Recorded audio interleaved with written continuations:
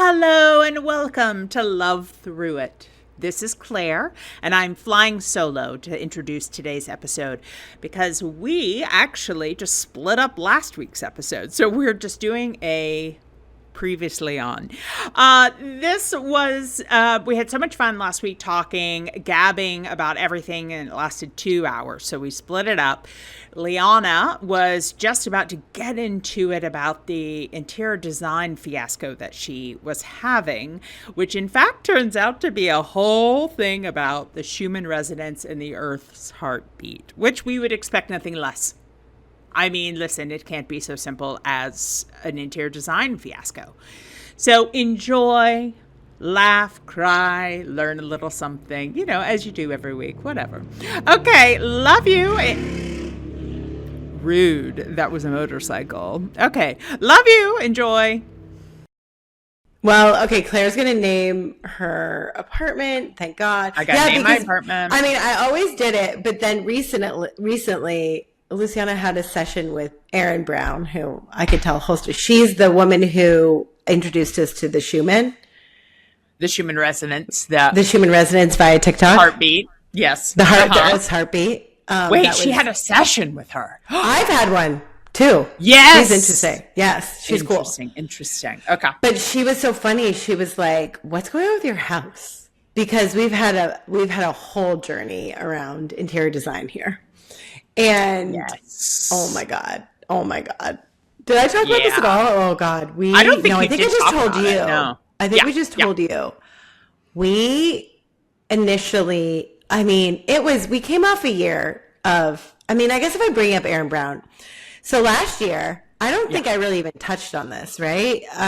In 2 episodes ago, I might have, but elaborate. We're in Madrid with my parents for New Year's Eve. Right. And okay. I started getting really, really sick, but I just thought it was like normal because, it'd been the holidays and it was very cold there. Yeah. The more sensitive I am, the more I also have a hard time spending long periods of time with people if I'm hosting because I am so in touch with like what other people need and when they're not having a good time and I take it on. Which is so, it's not my fault. I shouldn't take it on, but like I take it on. Especially if it's people I love. Like, of course. So I just assumed it was that. So I get sick, but like no one else gets sick and we're all staying in the same Airbnb. And then I continue to be sick and I continue to be sick. And then finally we go back and then Luciana gets sick. And then we're like sick for a while with like, like flu, like really intense flu symptoms. And we keep taking COVID tests and it's like nothing. And then it gets really weird because it goes on for like weeks and weeks. And then it's instead of like following the normal trajectory of a cold, which is often like, oh, okay, maybe I have a sore throat and I feel run down. And then the next day I have like a stuffed up nose and maybe I have a cough. And then I'm like really mucusy. And then like at the end, like it drains, but I don't have a sore throat anymore. And then you start to like have energy and whatever. It would literally be like after like, I would say 3 or 4 weeks of this, I would have all the symptoms like body aches, chills, exhaustion, all kinds of like mucusy, sore throat, ear ringing, and then the next day I would have no symptoms, but my hips would really hurt. And then the day after that, I would feel like I had a UTI and maybe my ear would ring a lot. And then the day after that, I would be like full sick with all the symptoms again. And then the next day I would just have a really bad sore throat. And so this went on for 3 months. No, and ma'am. Often, some days I'd wake up and I would have no energy. And then the weirdest thing that started, like 2 really weird things started to happen, like maybe 6 weeks into it, was that sometimes no matter what I ate or drank, I would have this huge distended belly. Like I thought I had SIBO or something, but I looked like 4 months pregnant and I had to buy new clothes. Like I couldn't even wear my yoga pants. And then it would be gone the next day. And then some days it would just be like I'd have dinner or like in the evening and I would look literally like 4 or 5 months pregnant and it would feel really weird. And then the next day it'd be gone, but everything, it was just like the most bizarre. I went to the doctor. She went to the doctor. Like nothing made sense. I'm like, is this perimenopause? Like, Jesus. Honestly, mark it up as perimenopause. So we were on TikTok a lot that year because we both had like no life force energy. And it was this weird exhaustion where like all you wanted to do was rot.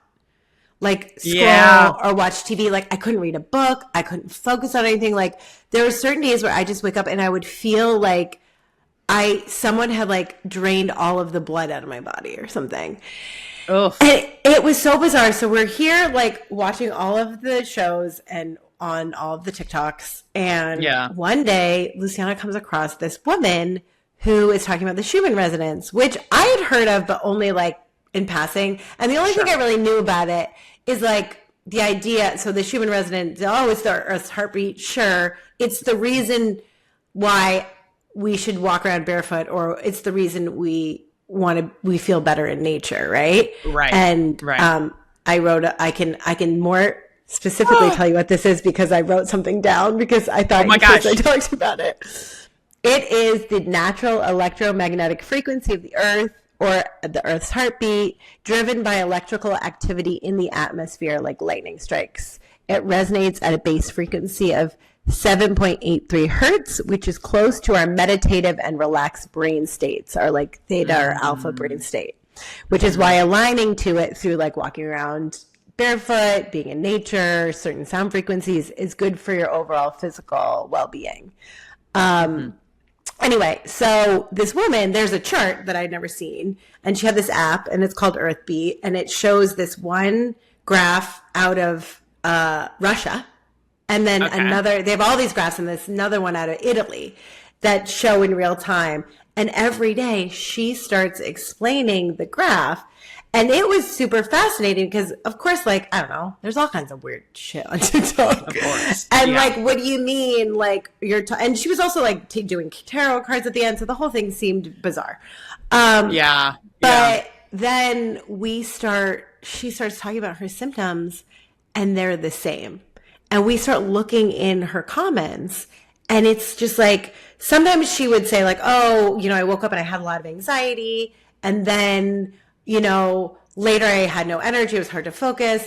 And then you'd be in the comments and and I remember the day it changed my life because it was like one of those weird days where like the day before I was fully sick. I was like blowing my nose. I had a sore throat. I felt terrible. The next day it was gone and my hips hurt so much. And I was like, am I just getting old? And am I like laying down too much? Like, is that what this is? And I look in the comments and all these people are like, I have all this horrible hip pain. And I was like, shut up. Like, this is insane. And then, like, on day, I would have really crazy ear ringing. All these people would be like, oh, my God, my ears won't stop ringing. And then, like, I'm so thirsty. I'm craving sugar. And as someone who, like, had an inflammatory condition for many years and, like, I just don't have a sweet tooth.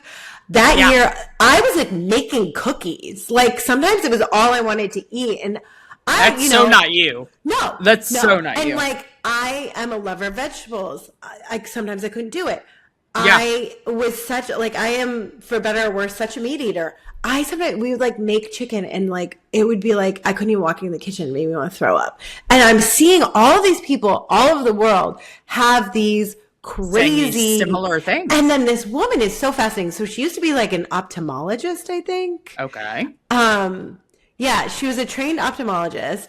And she ended up, like so many of us, having a really, really horrible health crisis where no one could help her. And she already was a doctor. She was doing all these things and started to have got really sick, got better, had all these clairs come on, like, and had gifts. So what she started to do was, I think a year or two before we found her, every day she did her own like scientific method on the Schumann because it's not proven by like the Schumann's a real thing. It's a whole like it's real. Right. Scientifically, like they're tracking. Yeah. If you want to check it out there, like if you want to follow it, there's this great app that's like, I don't know, like $5, something called Earthbeat, and it has all the graphs. And I think I linked to in the show notes. I linked to something in the UK, like the BBC explains what it is, and and we can link to the app and to Erin and stuff. But anyway, what she did, which was so interesting and so smart, because she had this background as a doctor, she just started to report. She found after her health incident that she was having all these crazy symptoms that started to correlate with the Schumann.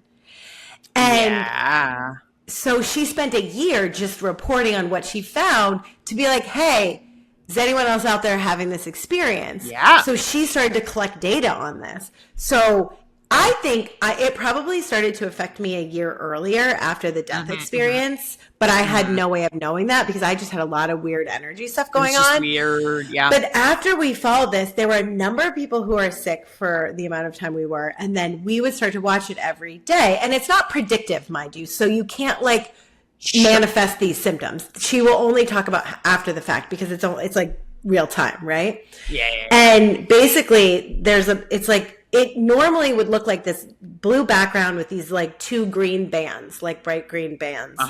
And that's kind of like the regular, Schumann. But what started to happen when new energy would come in, it would be this like white thing coming down the graph. And apparently, like the further down it goes, like aligns with your chakras. And the more of it comes in, like in the beginning, this is the stuff that would make me really bloated. I would be so thirsty and like peeing all the time. I would sometimes have headaches and ear ringing if there was a lot of it. I'd have also, it comes with a lot of mental energy and sometimes physical energy. Sometimes you can't sleep. I mean, twice we got so much of it that I threw up. Like I woke up in the middle of the night, was just throwing up. And then last week it almost happened to me again for the first time in a year. I woke up, we had like 2 days of insane energy, and I got up to go to yoga, and I had like one sip of coffee and a tiny bite of almond butter, just to, like, I don't like going on an empty stomach. And I nearly threw up, and then I couldn't drink water. Every time I drank water, I'd start dry heaving, like a week and a half ago.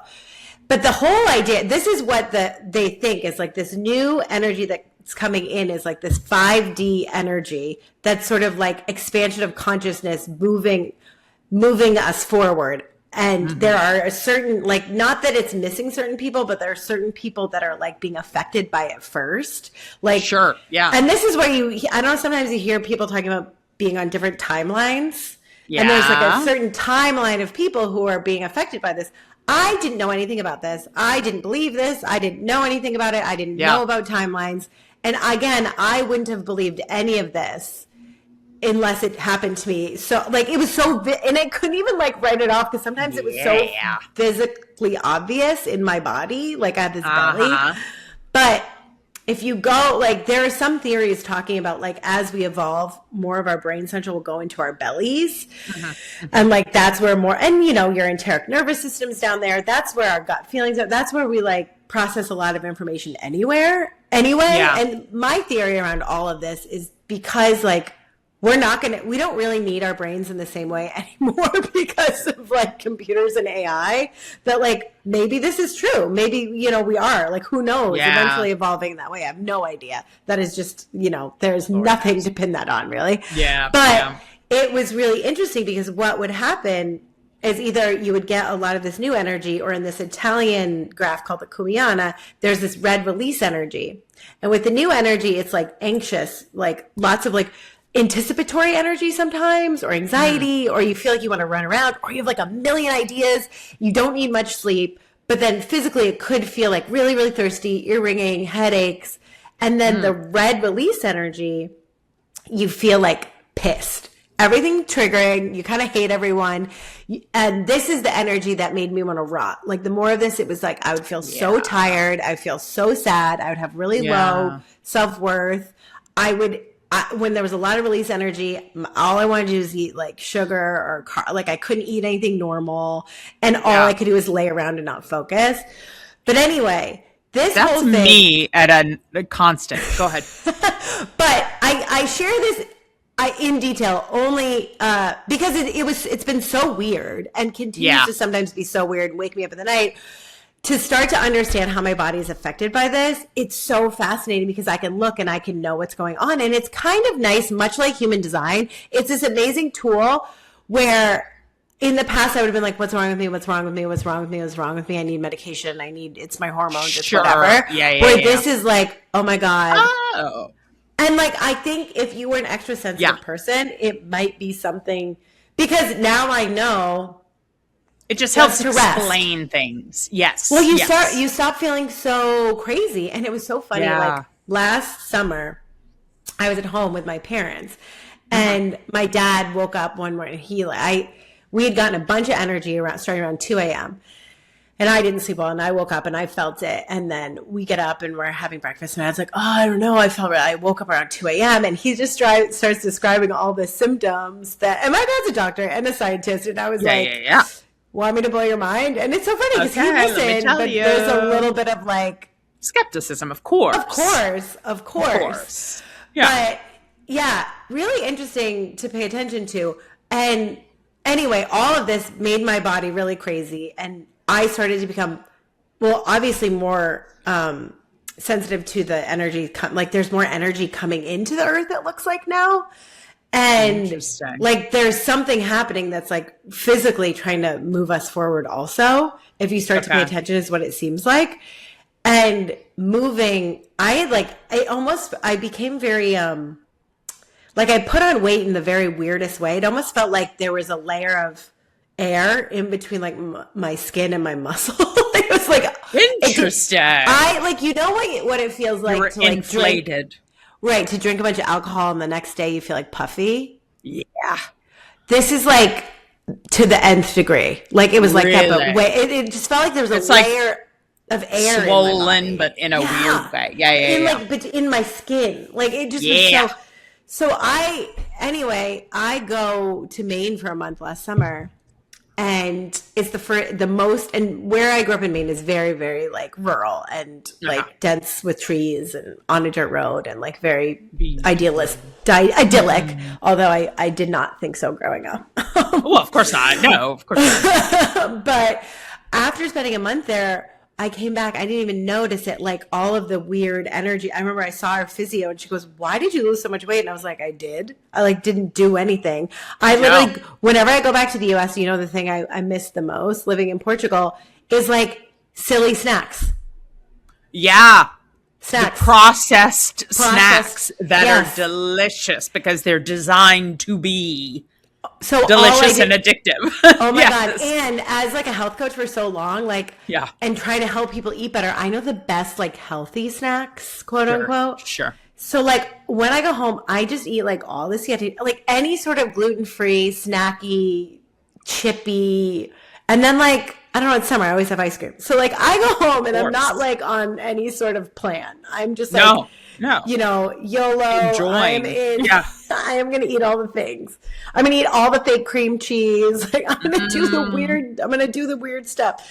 And I was like, this is crazy. And so I've learned, and it was told to me, but having that experience, the more close you are to nature, the less this stuff affects you, which is why I think we ended up by the water. But anyway, if you find yourself in these weird cycles of like waking up in the middle of the night, having a lot of anxiety, some days feeling really tired, like it's this, when we get a lot, it still happens, but I can tell that we've gotten a lot of new energy because we call it the pee feeling, where you just feel like you have to pee all the time.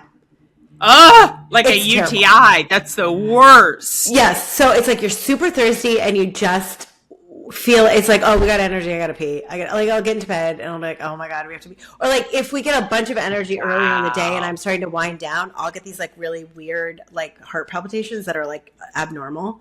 Anyway, if you're a sensitive person, if this is curious to you, Erin Brown, I think she goes by Consciously Erin. We'll link her. She's on like everything, like TikTok and Instagram and YouTube and Earthbeat. But it is interesting because, well, it's just fascinating to see that we're all having this collective experience. Yeah. And again, like this is what makes me believe that, well, it helps me to understand what's happening in my physical body. And the more sensitive I get to like the energy of the planet, the more sensitive I've gotten to everything, right? In terms of communication. Anyway, we never even finished your story about going to the Tiny Pony, which is the cutest name for anything, for everything. Isn't it so cute?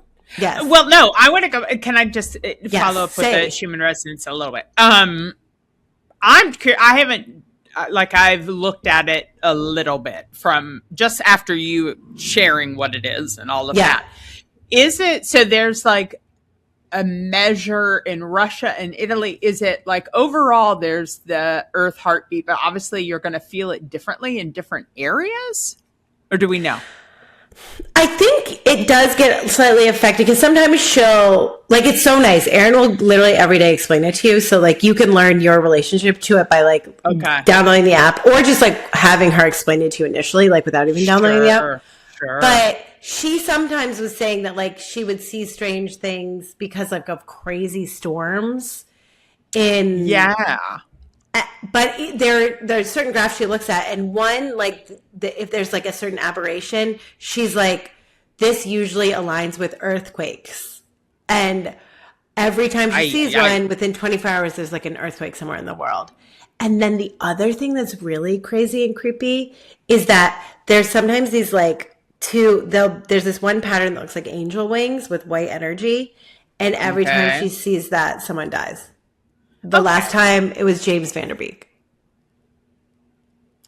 Okay.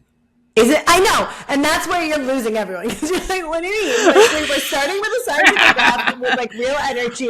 And but it's also like, I mean, just on, people are dying every second all the time. True. That's true. But, that's true. You know. But I also, there are some that are more culturally significant that we all notice, right, that are interesting. She was like, usually someone like, you know, there's an announcement about someone dying. Right. Someone that as a culture we know. Yeah. A little Who bit knows? more. I mean, How the whole thing is really fascinating. And as a sensitive person who, I was freaking out because I spent so long in health and wellness, like getting better. And it was so frustrating for a while because, and this was really, really humbling. And I truly, truly believe that everything that happens for you, is a gift, is here to help you evolve towards the person you're meant to be, to do the things that you are here to do, that you want to do more than anything, right? Like those desires, like I think everything that happens to you that is difficult is pushing you in that direction, right? And so I kept feeling a little bit like, why me, right? And like I had such a journey around health, and it's so funny, right? As soon as you think you know, like I feel like life is like, do you? And like I spent 10 years like helping people feel good and telling them about food, and this is honestly why this doesn't negate all of that. Well, it felt like it did, only because I had no idea how to take care of my body anymore. Everything I knew about sleep, about exercise, about nutrition, about body weight, about all of it, none of it applied to my body anymore, right? I couldn't do anything to make myself feel good. And I couldn't, there was like a month where I had no energy. I felt so sick. All I was doing was sleeping and eating like vegetable soup and like rice sometimes. I've put on so much weight. I also feel like and maybe this is incorrect, but I also feel like you wouldn't be as sensitive had you not kind of taking care of your body on that initial level. Yes. Right? Yes. So like it doesn't necessarily it doesn't negate what you did, because you needed to do all of that and understand your body the amount that you did before now. Right? Thank you for saying that, because if you want to feel better, find more purpose, that is where you start, I believe. Because I think that our bodies are this incredible instrument that guides us towards what we're meant to be doing, right? We incarnated to be in this thing, and it has so much wisdom, and we don't know how to. And unfortunately, with how, again, society's set up, there's so many things that we do that make it harder to concentrate, make our brains not work as well. So many processed foods, right? All of this stuff takes us away from like actually understanding our internal navigating system. And hearing it. That is 100% right on. Yeah. But you know what? I think this is like a beautiful thing about life, though, because when I moved here and I'm doing the podcast, and I'd helped a lot of people, and I'd helped a lot of people with like bigger things than I ever expected. So I really felt like I knew something, right? Yeah. And Because you do, and you did. But maybe you. just not as much as you know now. No, and it was so interesting because I felt like crap all over again. Yeah. And it was so wild because I was in a pretty heavy mental state. Like I didn't feel like I looked good. I physically didn't feel good, and my brain didn't even work. I could barely work. I wasn't doing very much. And I noticed, and here I was, I had done therapy for a long time. I had done all these coaching courses. I have read every self-help book under the sun, like all these spiritual books. Like I helped people I helped women love their bodies, right? Yeah. I helped people become confident. That's who I was. And last year, after years and years of doing this, I'm every day feeling like a piece of shit, being You're so back mean to to myself. square one. Yeah. And it was so humbling. And it was so disappointing because I was like, wait, I prided myself on this thing. Like I knew how to help people. I could give you the 3-step, you follow the 5 rules of listening to your body and you do these 10 things and then you connect to this and that's all it is. And, there you go. Boom. Life's fixed. And I was like, done. I know the answers. And it was so humbling because what I learned was, yes, I had learned self-love, but it was 100% conditional. It was on the condition that I felt physically well. Yep. I looked good. Yeah. Because and here I was, I do all this meditation. I thought that I was less connected to that vanity piece. Nope. Nope. No. And then because you're human, right? Of course, right? My meat suit was shiny, right? It Yeah, felt good. yeah, My yeah. meat suit was shiny, and that I was having a purpose that was noble. Here I was helping all of these people, so of course I love myself and I'm so worthy. And I spent months like in bed, like literally scrolling. And watching so much RuPaul's Drag Race, thank God, lifesaver. Well, thank God. All of White Lotus. I hadn't watched White Lotus, thank God. There were so many great shows. There's so many good shows you really can spend I did. your time I got into Shrinking. Oh my God. Love Shrinking so much. Delightful. So good. What I would do to be on the show. I know. That's like that. Like watching that was one of the first times in a long time I was like, oh, this is the Miss team. it. This is it. Yeah. This is it. Oh my God, that ensemble cast. Can we talk about, Derek? Iconic. He is nailing it so hard. Okay, I know. We need to go back Listen, to some other point. TV and movies, listen, we can discuss at a later date. Iconic. So I am feeling so sorry for myself. I'm feeling so bad all the time. I'm so negative. And I am just in a rut, like just crying and feeling really sorry for myself and feeling really like a piece of shit. And I remember I started doing Chitnut Sang, so basically... Yeah, what the hell's that? It is... I think you mentioned it to me and I was like, okay, wait. So sorry, go ahead, say it again. So I started doing it. I should back up a little bit further because I started studying the gene keys more properly. Did I talk about... Gene keys? Yeah, did I talk about... You just referenced them. But was I talking about the weird meditation thing that happened with the gene keys? No. And how it was related to the death experience? I don't think so. I can't remember if we talked about that or if it was on the podcast. But yeah. I'm going to go on another side quest for one moment. Here we go. Let's go side quest. So we've been talking about human design already, right? Yes. So human design came as a transmission through this guy who had like a normal name at one point, named like Paul or John or something. Here's the thing. If you go back and look at where these things come from, you will decide that it's crazy cuckoo. I think my favorite though is that like this guy like had a regular name and then one day like walked out of his store and I think his car was running and like climbed into a tree and then like had a transformative experience and then decided his name was, I have it written down. His name was Ra-Aru-Hu. Okay. And that's where, people will be like, what the fuck is this about? Exactly. And I get it. Then like comes, I well, you know get the it. crazy, so it was a transmission, right? So he had a spiritual experience, and that's where the information came from. And it's like, I've read one of the stories about it, and it's wild.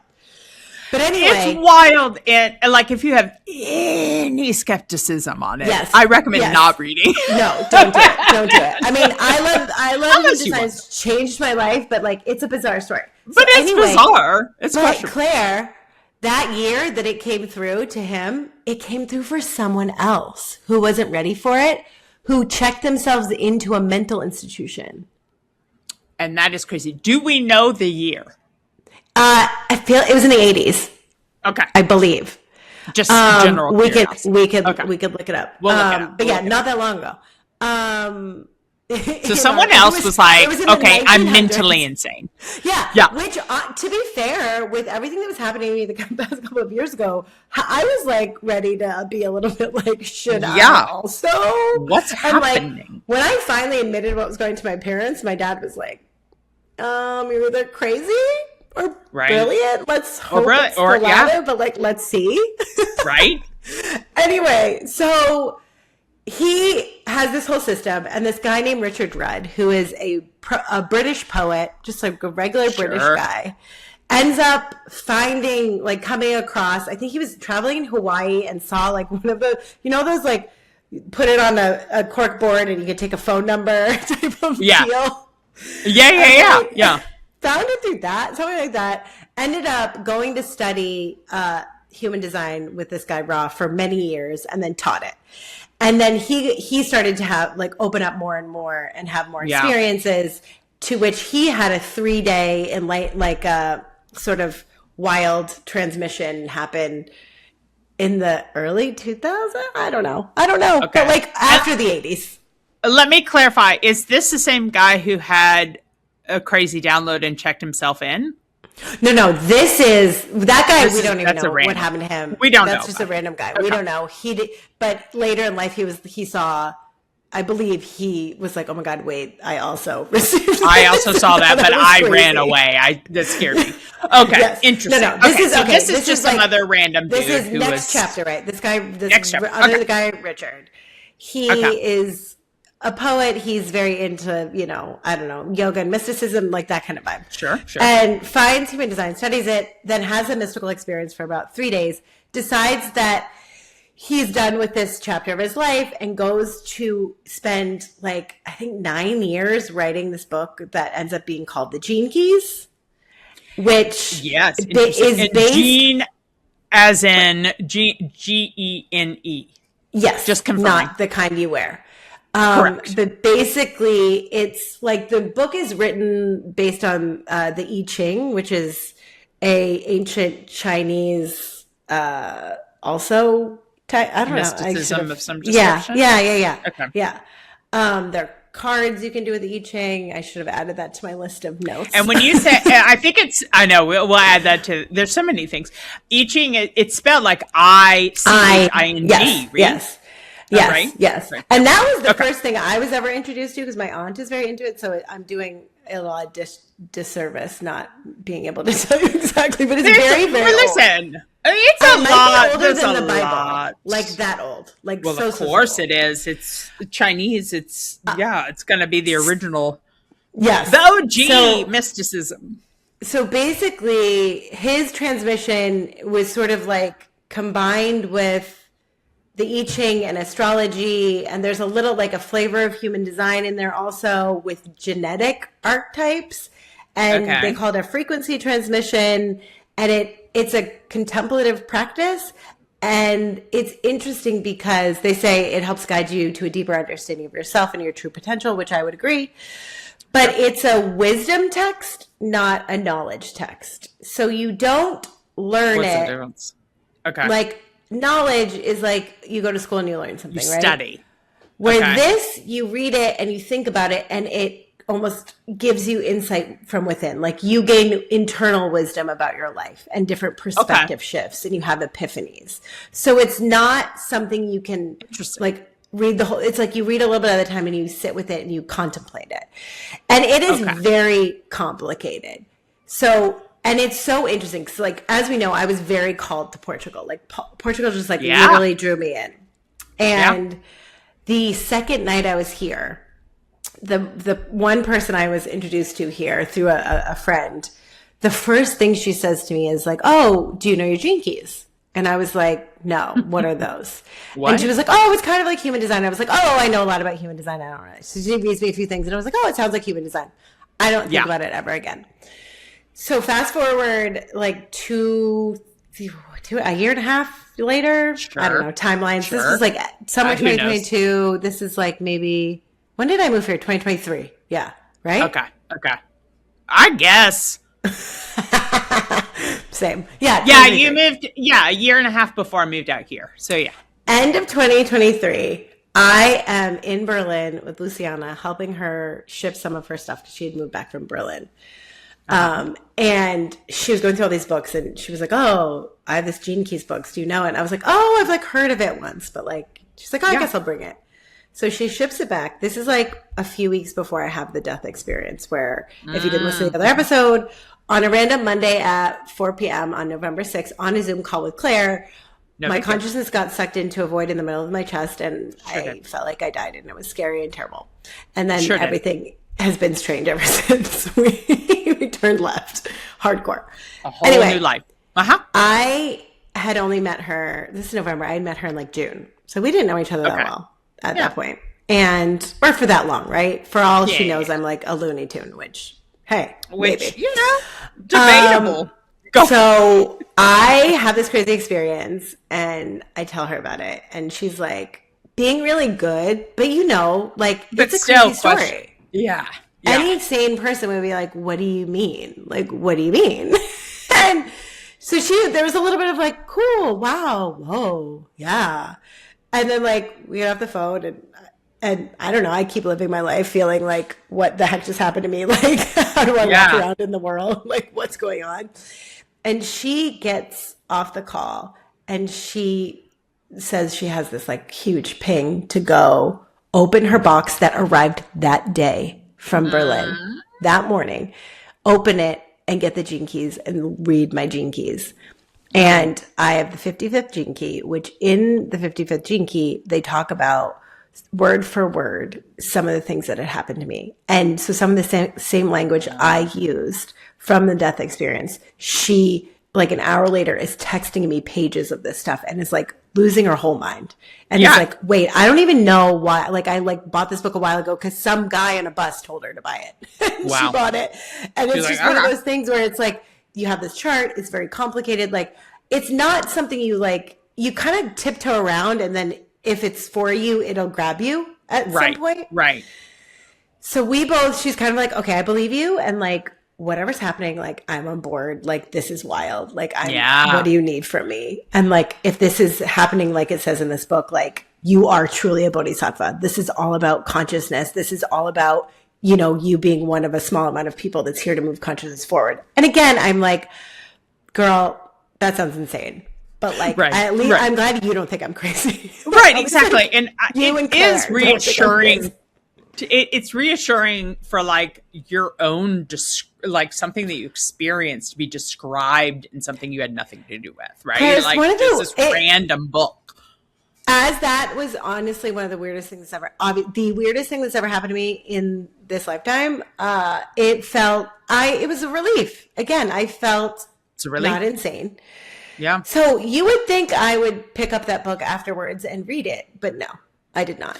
Well, you were still processing. And it wasn't until that following summer, she and that was like a year where I was, again, like sleeping all the time. That's when the channeling started to get loud. Yeah. We decide to like just get out of Lisbon and end up staying on this farm in the Alentejo, which is this incredible kind of farmland just south of Lisbon. If you're ever in Portugal in the summer, it's just so beautiful and has this really special energy to it. So we go and we end up being the only people there. Like, it's like an old quinta, which are these old farmhouses that end up, it was early in the tourist season where like, I think there was maybe like 6 or 8 places you could rent, and it had like a lake and a pool and a sauna, but it was like in the middle of this farm and was lovely. And no one was there. So because we're the only ones there, they were like, okay, it was so cute. They're like, we'll let you guys, like, we'll come check on you, but we'll leave. So every day they brought us like a fresh basket of like produce. Uh-huh. In like every morning we'd have like food because we had a kitchen, Very and then that's it. There was like no one there. We were there for like 10 days or something. And the whole idea was like to turn off our cell phones, to like meditate, make art, read books, Yeah. like whatever. And the last minute she brought the Gene Keys book. And the first morning she was like, should we like figure out what this thing is? I was like, hey, yeah, I'm game. And I was like painting and drinking coffee, and she starts reading it, and it's fascinating. And then she starts going through and reading aloud my Gene Keys. And this bizarre thing starts to happen where I first start to feel very sleepy. So I could listen to her for like maybe 45 minutes, and I would start to get very drowsy. And this would be first thing in the morning, right? So I will have gotten up, good night's sleep, had coffee. I listen to her, I draw, I just like be, we're sitting on this back patio overlooking this like hilly, beautiful clouds everywhere. Yeah. And I'll start getting super drowsy, and I would every day, this happened every day, I would go sit by this little pond and meditate. It would feel like, again, I was getting sucked into this meditation. And it was like my consciousness would almost like black out, and I would feel tired, but I would be like awake internally. Yeah. And I just was like, it was almost like letting go, I just felt like everything that was structurally keeping me in my consciousness started to like loosen. And I would get all of this, it felt like all this electrical heat in my brain. So it felt almost like the idea of like new neural pathways being like corrected started to happen. So it would be like hot. Sometimes it would be painful and burning. And I would sit for a few hours, and then I would sort of like come back online. And this started to happen every single day. And then we leave, and again, it's like another layer of sensitivity. And then a week later is the first time I'm like sitting at a pool with my friend Charlie, whose dad had just passed, and all of a sudden, like, I can hear him. And I've never had an experience like that before in my life, and that's totally Yeah. So things had changed, right? So for sure. Lou was very excited about the Gene Keys at the time and felt really called. So she had found this workshop in London where Richard Rudd was doing like a talk for the weekend. Who is the guy who got the? Who's the guy who's like the download of it, like the writer, the creator, the conduit maybe of the Gene Keys, right? Yeah. So we go a number of months later, and it's nice. It's so funny. It's like when like, because he's this like old white guy, he's so cute. He's an old British white guy, very like unassuming, not guru-y at all. And like you would just think is like always little vests and button-down shirts, like regular guy. Right. It's like a whole bunch of like old white people. Of course it is. All of these things are all old white people or females, white women. Yeah. A bunch, just like most of these people. And it's like a very interesting couple of days. But at the end of it, we get a chance to like speak to him and like for a couple of minutes and ask him some questions. And it's so funny. So we wait in line, and all these people are going to like take selfies with him and like, and I'm like, what the, like, you have like an audience with Richard Rudd. Like, I've had like a couple of crazy experiences. I don't know how to eat or sleep, or I don't know what's going on. I'm getting all these weird messages. Like, I feel like I've lost my whole mind. So I'm like, the poor guy is used to ever being like, hi, thanks for the lovely weekend. Let's take a selfie. I'm from, the west side of London. I don't know. I literally am like, dude, okay. You're the only person I've ever met that I can actually have this conversation with, and I know this is amazing. I'm not gonna like waste your time, but like I had this really wild mystical experience last year, and my body's not acting the same, and I don't know what to do, and I feel really weird. I'm so tired, I'm so bloated, and I don't know how to eat, and I'm sensitive to everything, and I feel crazy. Yeah. And he was so funny. He was so sweet. He literally like received and was like, you need to go be in nature as much as possible, barefoot. Like, go be outside, be in nature. Like, go. He's like, you're in the middle of some sort of spiritual awakening right now. You're right in the middle of it. That it will be more gentle if you're in nature, and it will like speed along if and the other thing you need to do is start doing Chitnet Sang, which is this traditional Chinese medicine, which is like this belly massage.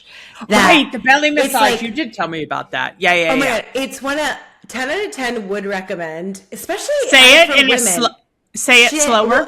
Chitnet Sang. It's like CHINEITSANG. We'll link to it. Okay.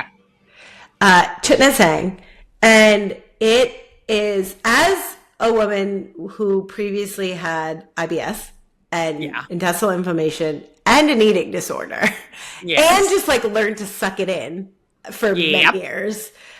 Wow, what a transformative experience. But he believes that the reason he had the experience that he had that created the gene keys was that he was a Chit Sang practitioner and would do it a lot on himself.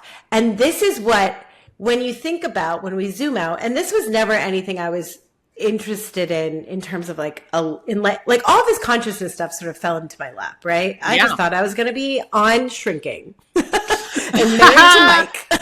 Which would be on Shrinking. I was going to be married to Mike. I was going to have some kids, and it was going to be like the best, right? I was going to take some nice fun vacations. Time. What a fun little life. Zero of those things are happening. And I think a lot of people think about in quote unquote enlightenment or the evolution of consciousness as like getting out of your body and going out, right? Which is why I think so many people do ayahuasca or like go to these meditation retreats and do breath work and do all of this stuff that make them like really spacey and like, like people in this whole world get kind of a bad rap because they're like super airy fairy, where he's like, no, actually, like the deeper you go into your belly, the more you expand in other directions. So literally, like actually the evolution of consciousness is happening in the tummy.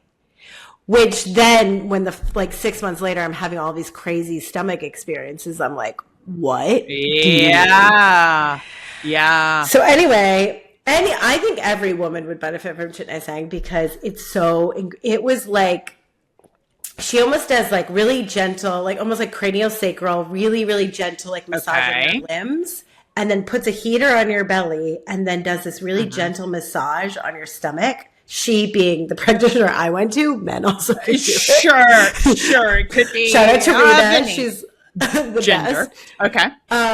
But what would happen was I would come home and it felt like, you know how they talk about like emotions being stored in your body? Yeah. In your gut for women, a lot of times. Right? Yes. Right? It felt like she was going in and releasing tension in my organs that I would go home and I would feel all this, I would cry and cry and cry. I would feel all this sadness. I'd feel all this anger. Like all of the stuff that was stored in my body that I could not physically access, that was unconsciously stored in my body, got released. Yeah. It was unbelievable. But anyway, fascinating. We moved out of Lisbon and all of the Chit Sang, all of a sudden, a lot of the weird stuff started to dissipate and all my energy started to come back and my brain clarity and all of the Schumann stuff started to be less intense. Yeah. And like, here we are. And then I was like, okay, now what am I supposed to do? Because this is also through this whole process, Claire and I talk about this, but I don't really believe in free will anymore. Like, I believe it's there, but at a certain level of sensitivity. At a level, yeah. You feel it's like out of our hands. It feels that way. It feels like there's like a bigger pull. Yeah. So yeah, that's how we ended up here and in this house and near the ocean. And I sort of feel like if I'm going to honestly talk about my life, the Schumann is a bit, I talk about the Schumann. Well, because my energy is so inconsistent, as well as like I'm now doing, Richard's like going into retirement a bit more. He's doing fewer talks and retreats and Gene things. Keys do. Yeah. Yep. Yes. So he's doing his final, like they call them online retreats for the until next year. Okay. So I'm doing a contemplative retreat. So I may talk about that. That's one of the cool when are you things doing I'm that? up to. Now it started in January. It's like an online thing. So it's just called. Okay, I was like, I'm confused. No. Okay. Okay. Like I'm at a retreat, Claire. I'm at a. Wait. What is truth? What is transparency? You're in your home. I know you are. Is it like a go at your own pace kind of thing? Yeah. Well, I wonder. Oh, it's here. Or is it so like a weekly call or something? Everyone has. This is I'll get all my personal information. Everyone has a chart, right? Yeah. And they have these spheres with numbers in them. And there's like 3 different pathways. So this is the activation sequence. And then there's like a love one. and then there's like a prosperity one. Okay. And he's doing that every month. You contemplate every. Oh, okay. And every number, it correlates with the G. See, this is why it's too complicated. I was about to say, so my assessment Yes. of the gene keys Yes. is it's not calling to me because it's too complicated. No, that's how I felt. I was like, I don't have no use for this. Because anyway, I started, like, I pulled it up and I read a couple of the things, and then I was like, I simply can't take this on. It's too much. It's too much. It so is. it's 100%. its own thing. Like you said, if it calls to you, then so be it. But so that is, remember, no free will. No free will. It's enough. Listen, I love all of this stuff. I love knowing about it. Whether I take it on is a different thing. Well, it's fun though for me to now. It's like knowing other people's human design, right? And like, no, I love that. Listen, I love human design, but there's still a tremendous amount that I haven't explored and learned in that. And astrology. Right. Oh, see, that's too much for me. Yeah, it's a lot. That's a lot. Too much for me. It's too much for me. Yeah. But the interesting thing about this is that because literally the idea is that it helps evolve your genes, and then reading it gave me that physical reaction to it. Interesting. It's so interesting. So you spend a month just like sitting with, like, the book has like every sphere has a number, and every number has 3 expressions of it. So like the shadow, so the unhealed version, the gift, that's sort of like where you want to strive for in this lifetime. And the siddhi, SIDDHI, is sort of like the enlightened state. And you just sit, you read it. And every time I read, every single one of my shadows, I was like, oh yeah, I see how that plays out in my life. But when you start to think about the gift, what will start to happen is I was noticing, like, you do have these epiphanies where you start to look at patterns and thought patterns in your life that are holding you back. Like you start to recognize them through the shadow, and then you see them in the gift, right? And all of a sudden it almost like it turns on a light in a dark room, and you can't unsee these patterns that you were doing before, and they kind of fall away. Yeah. Interesting. Okay. So it's pretty wild. Anyway, I felt like I would love for some of my patterns to fall away. Can we get there? How do I do that real quick without studying all of that? I know. But it's funny because I would just read it, and then you just sort of let it percolate in the back of your mind, and I look at it again, and you read it again, and then like maybe you talk about it with someone, but it's not it, and everyone will have their own different experience of it. But that's what I'm into these days. Just that. Wait, that's so funny. Yeah, so that's me. Just that. Wait, 3rd time's the charm. What about the time? Oh, sorry. Here's what's so funny is it's a gay bar restaurant in Yucca Valley outside of Joshua Tree. We went for brunch.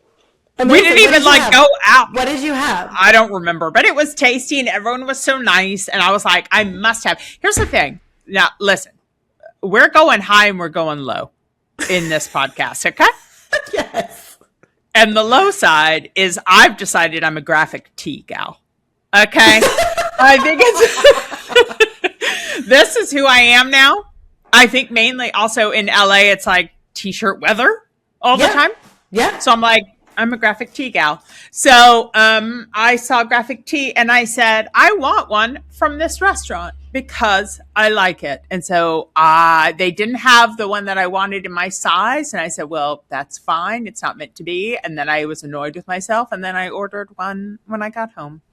I love that. That's literally my story. There is nothing exciting to it at all.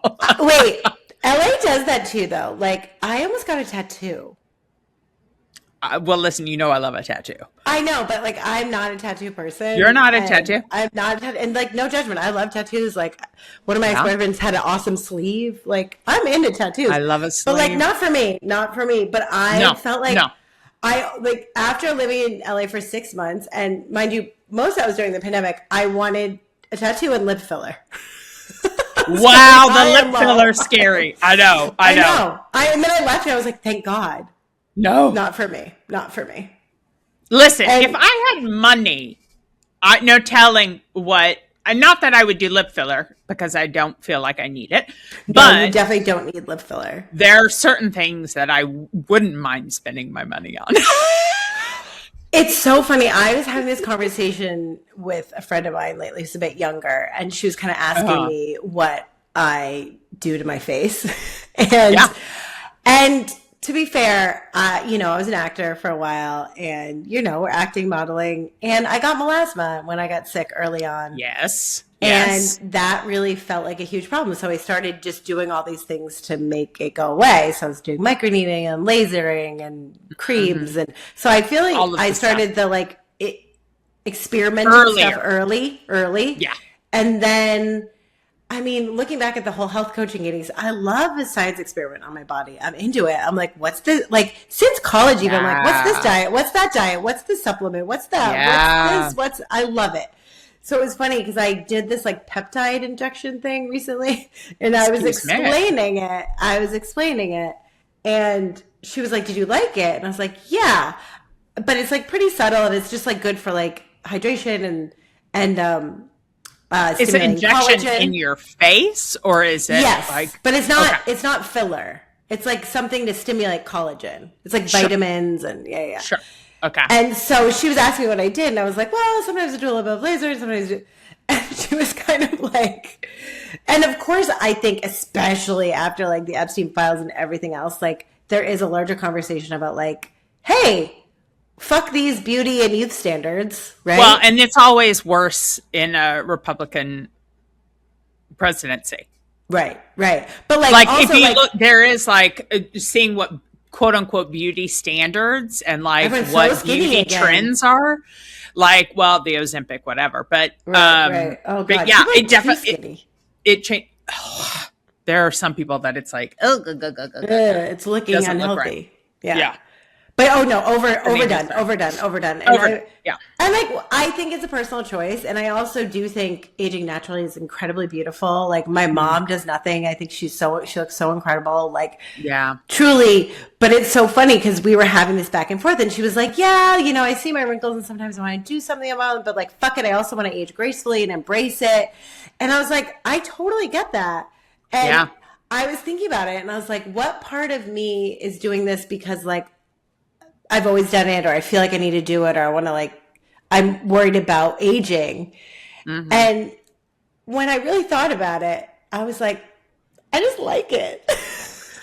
And there is nothing wrong with that. There's nothing wrong she's with like, that. Well, you're telling me you get these painful injections and you like it? And I'm like, I do. Yeah. I do. Which I fully support. Listen, any of it that you want to do, unless you're going to an extreme where you're harming yourself or not getting the nutrients or whatever. Yeah. But that is something that I am facing more and more with age, first of all. But I think that so being a 48-year-old woman, I have been when did that happen? I don't know, honestly. I honestly don't know. 40. I'm 36. Yeah, I've been 40 for a long time. Yeah. And then I'm in my, I'm about to be 43, and I'm like. No, you're in your late 30s. Easily. Hate to break it Maybe to mid 30s. Maybe I'm in my mid 30s for sure. But if we're being 40, we have an age gap. So if you're 40, I have to at least be. It doesn't make sense. It doesn't make sense. But then I'm like, oh no, that's not true. And then I get up, stand up, and I'm like, ow. I think. My joke of advice when people are like, oh wow, you don't look 48, whatever, is hydrate, moisturize, and don't have kids. But that's honestly, the don't have kids thing I think really helps. Truth. Because I sleep a Truth. lot. Of course. I'm not worried in that way. Like, of course. No, literally, my cousin was here this past weekend, which was also, I even wanted to share about that. We didn't get to it. But my cousin was here. I didn't see him in 8 years. It was so wonderful. Well, okay, I'm going to side quest into this for like 2 seconds. Yeah. He is perfect score in his SATs, like private boys school in New York City, Columbia, MIT for grad school, I think. Okay. And now is like a leading tenured professor and scientist at like one of the leading universities in the US. And no big deal. He is so no ego, so sweet. Gave me hope for men. Like married to like his either high school or college sweetheart. They have 2 kids who are like incredible. He is wonderful. And I sat across, and I, again, all of this like owning this new version of me that I feel sometimes very judgmental of, right? I'm just now practicing being like, people are like, what are you doing? And I'm like, oh, like, I tried this out this week. I have a comedy and spiritual podcast. kind of. What should I call it? Right? And that's what I'm doing. I don't know. And he was like, so what have you been up to? And I told him. I'm just like telling people now. And he was so incredibly open and non-judgmental, and like, this is a man of science. This is a very like 3D smart, very, and it was so healing for me to reconnect and all. It was so wonderful. And I love that. I got up to make him coffee before I went to the airport yesterday, and we chatted for like a half an hour, and he's making a really big life decision. And it was so beautiful because what I'm best at is like kind of guiding people home to themselves and what's true for them. Yeah. So he really like felt like helped by that, I think. Like it was like I felt of service, which was really nice because, especially like I find him so impressive, right? Yeah.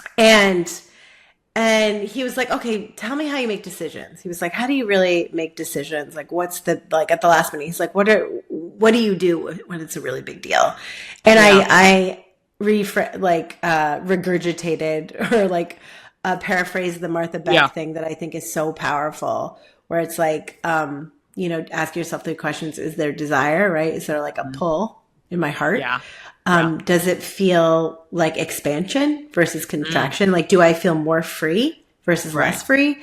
And then if I think about doing it, does it give me like a pit in my stomach, or do I relax? Right? Like, does it bring me love, freedom, or peace? And even if your brain is like going against the grain, I think that's, for me, the most, if we circle this back to true, right? What's true for you, right? Because true for everyone is different. But what's true for you, like your soul is always going to go towards freedom, peace, and love. And I think that's like my favorite thing I learned from Martha Beck. And I use it in my life. And he really took it in because he's a brainiac, right? He's so smart. He's doing, and can I tell you, Claire, he studies the microbiome. So obviously we couldn't have more fun. Right? Yeah, we got something we can discuss. Nutrition. He was at a conference in Porto about the microbiome, so we get to and it's so funny too because he's talking about all this stuff like I've known for a while, which makes me feel like, hey, okay, I'm not such a silly goose. Yeah. Anyway, he looks at me. He takes in what I say. He like really takes it in, and he goes, Lianna, the older I get, the less I feel like I know anything. And I just couldn't, I wanted to hug him and give him a big kiss in the face. Cause that's like part of the reason I stopped doing the podcast. I'm like, what do I even know? I'm starting to have these bizarre experiences. I don't know what reality is, what to trust anymore. I don't know any of these things. And it gave me such peace and made my heart just expand to be talking to someone who arguably is like the opposite of me in many ways, right? Or just like how his not opposite, his life, but just more like, centered. Not at all. You're kind of the same, but he's just more focused based in science, right? Yes, exactly. Yeah, he has a very like on paper reliable, whatever, and more tangible proof of things. Yeah, right. Yeah. I think that there's something with, I think the more intelligent you are, in all honesty, I think the more intelligent, either book smart or whatever, the more you realize you don't know anything. Well, we don't And then I just think about how many years, especially in the beginning of my health coaching, where I would be like, no, don't eat sugar. You know, like, you need to do this. Which also sugar is a poison, but sure. It doesn't mean you don't have to, right. but yeah. And that, I guess it would have been like, don't have dairy ever. Because some people can't have dairy. Sugar's not really for anyone, but we all should enjoy it if we love it. Within reason, right? Within reason. So the further I go, the more, and this is again bringing it back to like why I think sometimes it still feels hard for me to have a podcast again, or even though there's a strong desire and I love doing it, I love talking to you and I love sharing all this stuff, I don't feel like I know any. I can share stories, I can share my experiences, but I don't know what you know what I mean? But you're not doing this to start to share like what people should and should not do. Right. You're not prescribing with this. Right. Of course not. Oh, please. Like, what would you even? Yeah. But it is so interesting because it's like, I'm in such a phase of like really wanting to listen. And to bring it back to the Gene Keys, Richard always talks about, he goes, people don't need advice. They need love. Mm-hmm. And like, and meanwhile, oh my God, that I got a beautiful message that I shared with you. Yay. Where it was, and it's so funny. I used to do this thing called To Be Magnetic, which I'm sure we've talked about before, which is like these workshops that are about manifestation, whatever. And they were super helpful in terms of, I think they're really good inner work, right? Yeah. And she would always, there was this formula, wherever you step through fear, something would, like a manifestation or some good thing would happen once you step through fear. So when I decided to just like tell my cousin the truth about what I've been doing and boldly own this version of me now. Then I get home and I have a client who wants to come back, and I had this beautiful message from an old client from when I used to do the women's groups, who was with me for a couple different sessions, who was so sweet and, you know, was like, hey, I actually don't know what the heck happens to me. I don't know what all this is. But like, it's so beautiful being connected to you and Claire and listening, and like what you've always done. You know, I think to paraphrase it was something around like love, like just putting out love. And that's what I come back to every week, where I'm like, no, this is what we're meant to do. How do I bring the thing that I love or I'm excited about, or you're loving and you're excited about, how do we bring that into the world? Yeah. Just being a witness to joy and love. Yeah. I think, and putting it out there. And like by doing something that we enjoy and love, I know I can speak for myself. I feel better throughout the day. Yeah. I share more. I connect more with people. I do, because I'm doing something that I love. Yeah. So yeah, on that I think note, that's not for nothing. I know you didn't go to the event. So last week, it was the day before, there was an old lesbian, quote unquote, party, and I did not go. But to my credit, because I like to let's make an excuse. I did have such an emotionally exhausting afternoon. I had my scene study class, which sounds ridiculous, but it did fucking wear me out because I did have to. It's exhausting because it's like a heavy scene that I do, and so we did it like multiple times, and like I gave it everything, and then it took like an hour and a half to get home because of traffic, and I was like, fuck that, I'm not leaving my home. Like I get it. I'm in. I can't. Pretending is super hard, guys. It's weird. It's exhausting. It is, because you're also tapping into real feelings. You are. Whether they're like I wasn't necessarily good, like Claire. Bless you. That's this whole setup. That's all I wanted you to say. No. But it's true. It's like it's emotionally exhausting. I mean, like doing comedy can be exhausting too, but the scene study class that I'm in, which I wanted to take because it's been so long since I've done like a drama play. And so it's like, I'm going back into some heavier stuff. So it was good. And then one last quick question. Did you do your 2 minutes of joy and love every day? I won't say every day Okay. because I would forget. So, but I've had a good day every day. Amazing. I say that with question. No, it's true. It's true. But I didn't like say, and now I am doing my 2 minutes of, but not every day, but most days. So that's good. And did you notice anything different, or are you just seeing a different baseline? Absolutely. Absolutely. I mean, it changes depending on what time of day I do it. Right? Obviously it's best to do in the morning, but I'm not always remembering because it's not a habit yet, right? Right, of course, So of course. but then if I remember in the afternoon, then it's like, oh, how lovely. And I have a few hours of that glow. But it definitely sets the day up in a wonderful way. Does it feel like something that we could continue to try? Maybe extend the Absolutely. time by like a minute or two and continue to monitor? Yeah, I think so. For sure. I love For it. sure. It's a matter of, I'm in desperate need of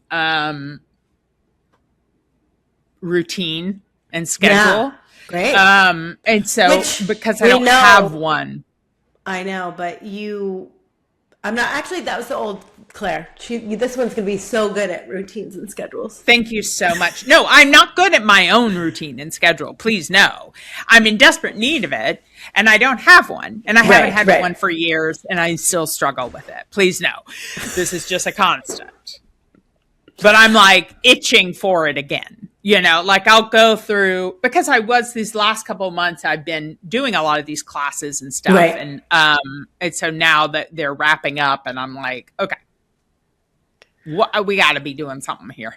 Well, I mean, this actually goes back to, and maybe it's a good place to close out, what you were so kindly saying about everything I knew before that I felt like I didn't know about in terms of everything I had learned as a health coach. Yeah. That it's a building block. There are certain things that I know I need to do every day to feel good. And going back to my human design, I'm like an inconsistent type, right? Some people are better consistent. But I need to move in a way that feels good that day. That sometimes it's walking. Today it was Pilates. Sometimes it's yoga. It doesn't matter, right? Sometimes it's swimming. I just have to move. I have to connect. Sometimes for a period of time, that was like 2 hours of meditation today. I mean, a day. Today, 20 minutes. Some days it's writing. Some days it's walking around barefoot. You know what I mean? Like some sort of connection. And then I just have to check in with what's the most important thing for me to do every day. Like I do a thing where it's like, what do I feel like I need? But if I'm eating well, if I'm moving, if I'm connecting to self, and then to at least one person I feel like loved by, then I feel good. But what that looks like every day is so different. And how much is different. And that's so nice for me because it's not like I'm going to travel next week and I can do those. Quick note, going to things. Rome. I am. No big deal. Go just ahead. Hanging out in Rome with my mom and dad. No big deal. It'll be fun. Love. But, in the past, being more strict with things, like you fall off your exercise or your diet or whatever, it's obviously going to be like eating pasta and drinking wine and like doing Italian things. You have to. I will report back. Gelato. I will take pictures of food for you. Thank you.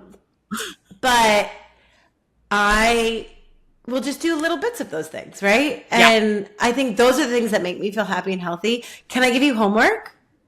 Please? Everyone? All right. Everyone, but I love it. Yours are. It's for Claire, but it's also for everyone. The daily, what? Yeah, what are your little things that keep you feeling like the best version of Claire? I want you to continue to feel the beautiful feelings that we want to connect to because they are A, they make you feel good, and B, they are signifying the feeling you want to feel when you accomplish the things that you have, right? We talked about that Yeah. last week. So like feel those, for you, it was like the joy and also the feeling of being loved and appreciated, right? Yeah. So feeling For those, like really sure. connecting to those. But then what are your 2, 3, 5 things that like, when you do them, that you have the best version of your day, you're the best version of you, and then experiment, and when I come back I want to hear all about it. I love that. I want to share that I Yes. have a thing that I like doing and I'm a little behind on it, so I need to catch up. But I do have a grid Yes. of what I like to do, what I want to do, and I don't want to say it, but what I should do. And No then should. for the month, I know that's the thing. I should. So some of these things bring me a lot of joy. Some of them, it's like kind of keeping track of like the should, but that doesn't excite me as much. But I have not added my 2 minutes of joy or 1 to 3 minutes of joy. So I need to add that. I love it. And so what I do is I mark down it. Oftentimes it's a good practice of just like going through and being like, did I have 8 hours of sleep? Did I do meditation? Yes. Did I do morning pages? Did I stretch? Whatever. Besides just the act of doing them, there's also a moment of indicating whether I've done it. You know what I mean? Like it versus just like rotation. Yeah. So, well, and that's really anyhow, good for when you start to connect, like doing this makes me feel good. It's easier to create a habit. And that's for sure.